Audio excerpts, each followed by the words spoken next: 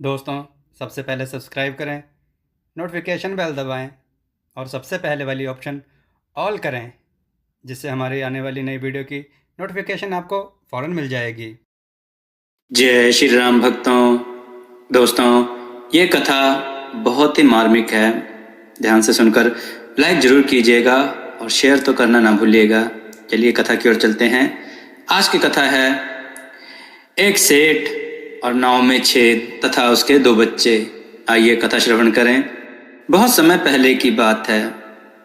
किसी नगर में एक सेठ रहता था। उस नगर में उस सेठ की बहुत ख्याति थी। वह बहुत धनवान और बहुत ही प्रसिद्ध था। एक बार सेठ ने एक पेंटर को बुलवाया अपने घर और अपनी नाव दिखाकर कहा कि इसको पेंट कर दो। उस पेंटर ने पेंट लेकर उस नाव को लाल रंग से पेंट कर दिया, जैसा कि नाव का मालिक चाहता था। फिर पेंटर ने अपने पैसे लिए और वहां से चला गया। अगले दिन पेंटर के घर पर वह नाव का मालिक यानी सेठ पहुंच गया और उसने एक बहुत बड़ी धनराशि का चेक दिया उस पेंटर को। पेंटर भौचक्का हो गया और पूछा, ये किस बात के इतने पैसे हैं? मेरे पैसे तो आपने कल ही दे दिए थे। सेठ ने कहा, ये पेंट का पैसा नहीं है, बल्कि ये उस नाव में जो छेद था उसको ठीक करने का पैसा है। पेंटर ने कहा, अरे साहब, वो तो एक छोटा सा छेद था, सो मैंने बंद कर दिया था। उस छोटे से छेद के लिए इतना पैसा मुझे ठीक नहीं लग रहा है। सेठ ने कहा, दोस्त, तुम्हें पूरी बात का पता नहीं। अच्छा, मैं विस्तार से समझाता हूँ।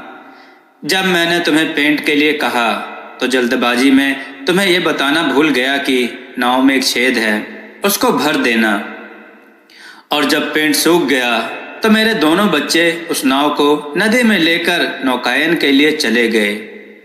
मैं उस वक्त घर पर नहीं था, लेकिन जब लौटकर आया तो अपनी पत्नी से ये सुना कि बच्चे नाव को लेकर नौकायन पर निकल गए हैं, तो मैं बदहवास सा हो गया, क्योंकि मुझे याद आया कि नाव में तो छेद है। मैं गिरता पड़ता भागा उस तरफ जिधर मेरे प्यारे बच्चे गए थे, लेकिन थोड़ी दूर पर मुझे मेरे बच्चे दिख गए जो सकुशल वापस आ रहे थे। अब मेरी खुशी और प्रसन्नता का आलम तुम समझ सकते हो।